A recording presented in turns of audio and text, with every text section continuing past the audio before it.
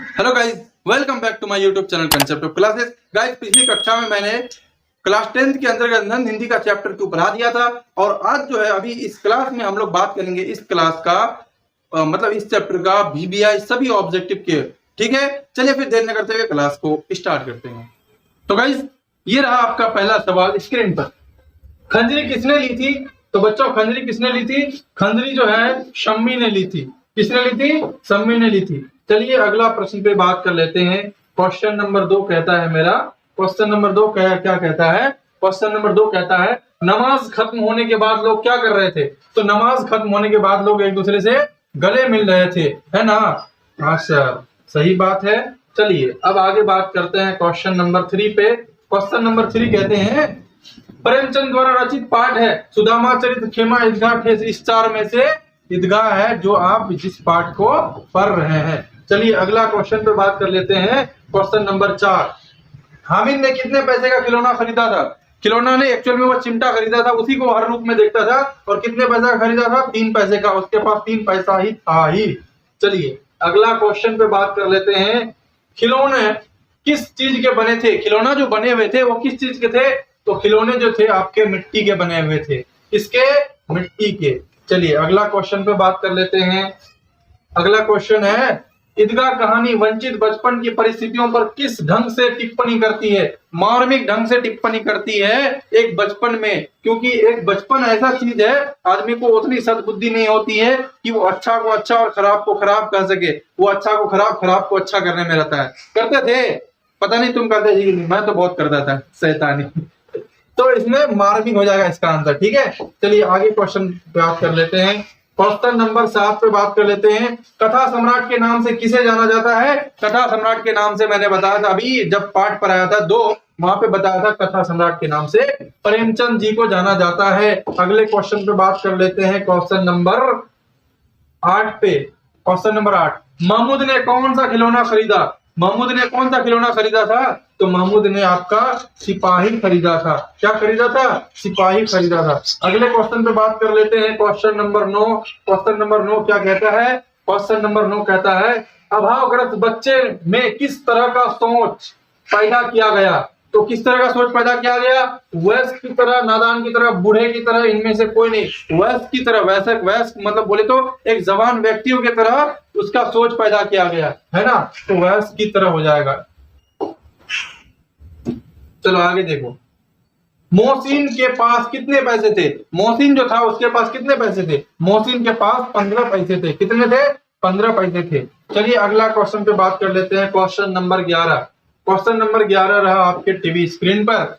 कैसा जीवन बाल मन को वयस्क की तरह सोचने के लिए मजबूर कर देता है? कैसा जीवन? अभावग्रस्त जीवन। जहां अभाव हो ना, वो बच्चा बूढ़ा और जवान के तरह सोचना स्टार्ट कर देता है, क्योंकि जब उसके ऊपर किसी का साया ना हो तो बड़े ही बच्चा हो लेकिन वह एक वयस्क और बूढ़े की तरह सोचना स्टार्ट कर देता है। तो कैसा जीवन? अभावग्रस्त जीवन। जहां पे बहुत अभाव हो, एक बच्चा वहां पे बूढ़ा का काम करता है। चलिए आगे क्वेश्चन पे बात कर लेते हैं। 12 नंबर पे। हामिद की दादी का नाम क्या है? हामिद की दादी का नाम क्या है? अमीना दादी। क्या दादी? अमीना दादी। आगे बात कर लेते हैं क्वेश्चन नंबर 13 पे। क्वेश्चन नंबर 13 आपका है क्या? क्वेश्चन नंबर 13 है आपका चुनौती बच्चे को डैश बना देती। चुनौती मतलब एक चैलेंज अगर सामने आ जाए तो बच्चे को क्या बना देती? परिपक्व। मतलब हर तरह से वो क्या हो जाता है? एकदम मतलब ठोकर खाओगे तैयार हो जाता है, एक जवान व्यक्ति की तरफ परिपक्व बना देती है चुनौती। चैलेंज जो है बच्चे को परिपक्व बना देती है। क्वेश्चन नंबर 14, मुहर्रम किस तरह का त्योहार है? मुहर्रम किस तरह का त्योहार है? गम का त्योहार है। कैसा त्योहार है? गम का त्योहार है। आगे देख लेते हैं। क्वेश्चन नंबर 15 पे बात कर लेते हैं। क्वेश्चन नंबर 15 है ईदगाह कहानी आधारित है किस पर? बाल विज्ञान पर, नैतिक शिक्षा पर, आर्थिक जगत पर, किसी पर नहीं। किस पर है? तो ईदगाह कहानी आधारित है किस पर? बाल मनोविज्ञान पर। किस पर? बाल मनोविज्ञान पर है, क्योंकि एक बच्चा का ही जो माइंड है, माइंडसेट, उसको देखा गया है ये ईदगाह कहानी में। चलो आगे बात कर लेते हैं। क्वेश्चन नंबर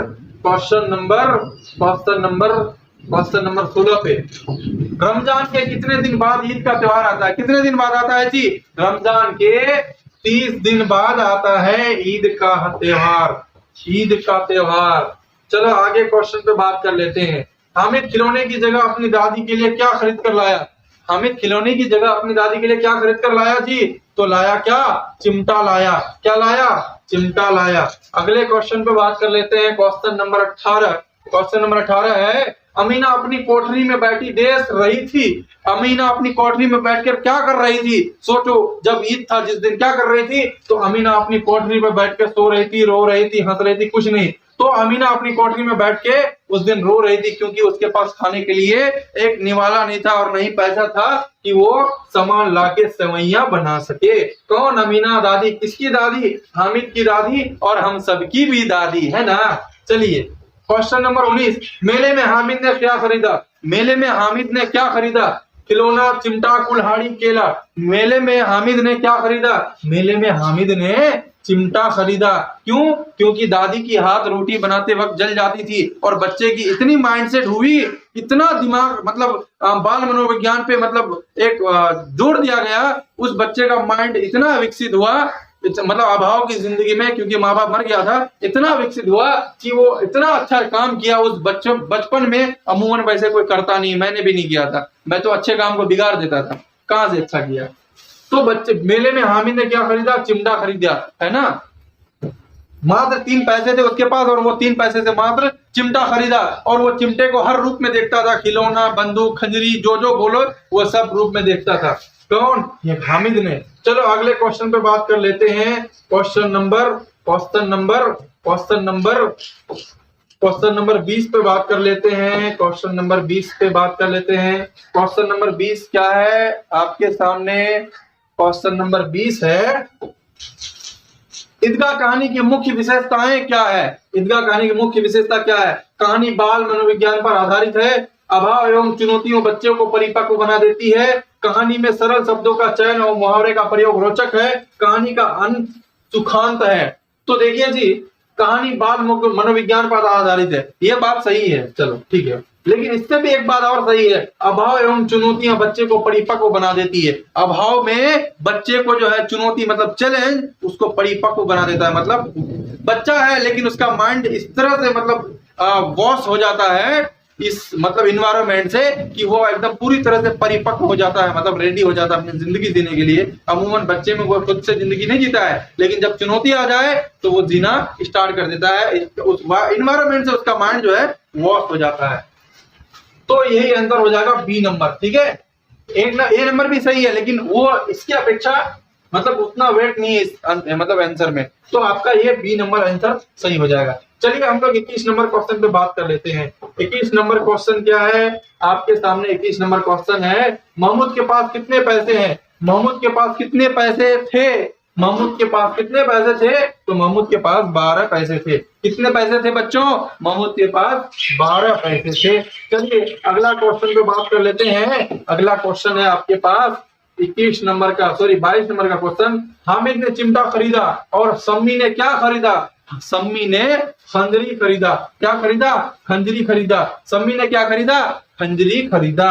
और क्वेश्चन नहीं है आपका, ये अंतिम क्वेश्चन था आपका, ये अंतिम क्वेश्चन था। चलिए आप इतने को नोट कर लिए होंगे और अगर आपको लिखना हो तो स्किप कर करके आप लिख लीजिए, ठीक है। चलिए मिलते हैं अगले वीडियो में, तब तक के लिए बाय बाय।